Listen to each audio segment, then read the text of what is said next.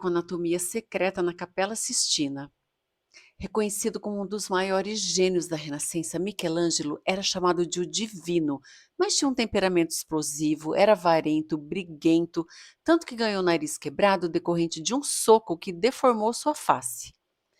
Contemporâneo de Da Vinci, tinha com ele um péssimo relacionamento, ambos se odiavam. Da Vinci era lindo, vaidoso, perfumado. Michelangelo estava sempre sujo, mal vestido, mal cheiroso, tudo pelas condições de talhar o mármore. Mas a despeito disso, ele produziu obras de arte magníficas e entre elas a encomenda do Papa Júlio II, a joia do Renascimento, a pintura no teto da Capela Sistina, trabalho sobre-humano que ele realizou em 4 anos, contra sua vontade e praticamente sozinho. A construção da capela pelo Papa Sisto della Rovere, por isso o nome Sistina, foi inspirada no Templo de Salomão com as mesmas medidas, e seu teto, na origem, era assim, com fundo azul todo estrelado. Que Michelangelo transformou numa obra magnífica e complexa.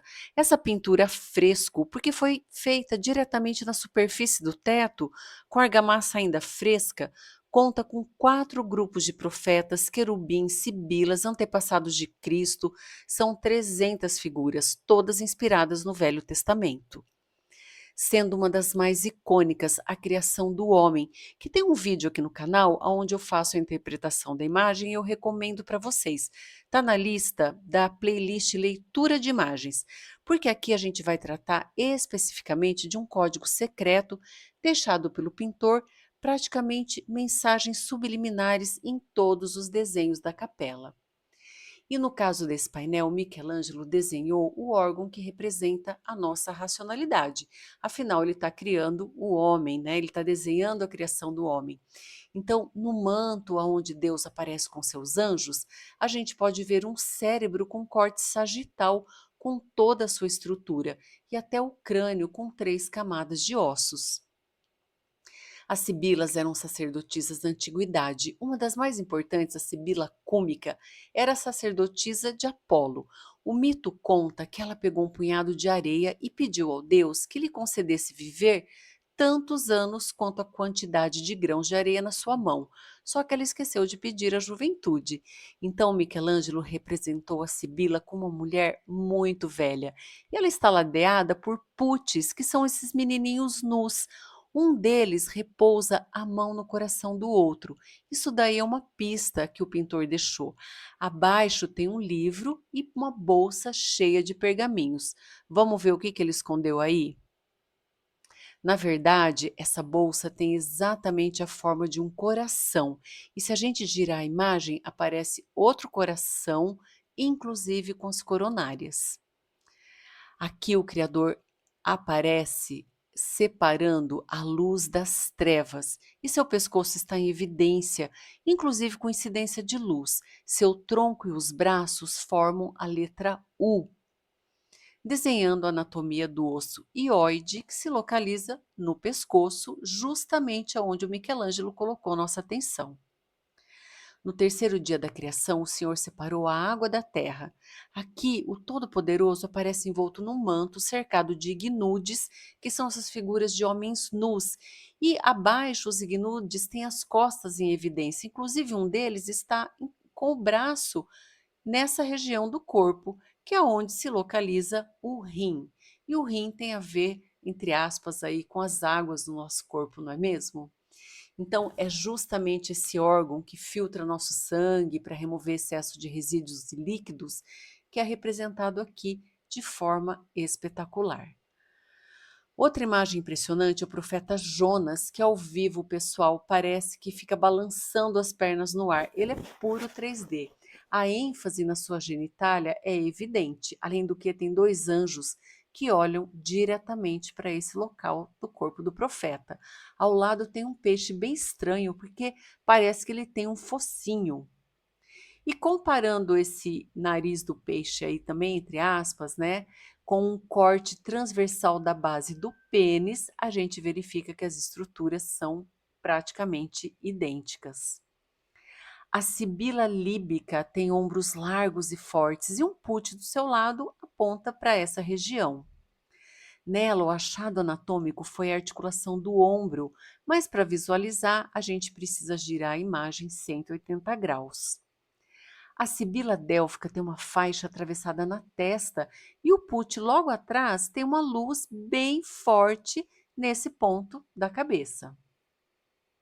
Nessa sibila foi representado o osso etimoide, que se localiza no centro da nossa fronte. E também ele está disfarçado ali aos pés da moça. Percebam, gente, essa porosidade do osso, a crista. Ele coloca tudo bem disfarçadinho aos pés dela nesse manto verde. No melancólico Jeremias, quase todos giram a cabeça mostrando a lateral, mostrando o ouvido para nós. Então, se vocês prestarem atenção, nesse planejamento aí que forma o joelho do profeta, a gente pode identificar parte da estrutura que forma o ouvido médio. Na série de Antepassados de Cristo, ele pinta especificamente nesse desenho a escápula, que é o osso que fica na articulação do nosso ombro. E vejam, os homens nus acima mostram os ombros, o put mostra também a escápula, está bastante em evidência.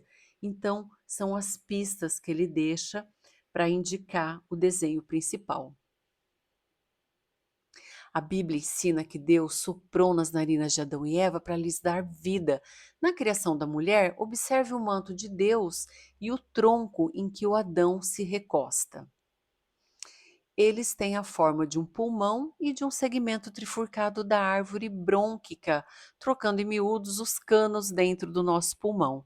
Pessoal, é sabido que esses grandes artistas da Renascença tinham muito conhecimento de anatomia, porque eles estudavam os corpos para poder representá-los nas pinturas e nas esculturas perfeitamente. Talvez por medo de represálias, o Michelangelo tenha escondido esse seu conhecimento nesse código secreto que demorou séculos para ser descoberto. Uns 20 anos após concluir o teto da capela, o Michelangelo foi chamado novamente, só que para pintar a parede atrás do altar. O tema foi o juízo final, com imagens complexas e simbólicas. Em breve aqui no canal eu vou fazer um vídeo exclusivo dessa pintura. O Michelangelo demorou 5 anos para concluir esse afresco. Ele já tinha 66 anos e se autorretratou bem no meio da parede, aparecendo como uma pele retirada pelo escalpelo do São Bartolomeu. Bem estranho, né? Bem subjetivo. Enfim, em todo esse trabalho, além de pinturas espetaculares, essa subjetividade do artista é representada. Isso não era nada comum no Renascimento. O Michelangelo foi capaz de criar um código oculto que testemunha, além da beleza da sua arte, seu conhecimento científico e seu gênio. E é difícil escolher palavras para descrever a Capela Sistina, porque ela é realmente estupenda, espetacular. E nesse vídeo eu mostrei apenas alguns detalhes de todos os segredos que ela esconde.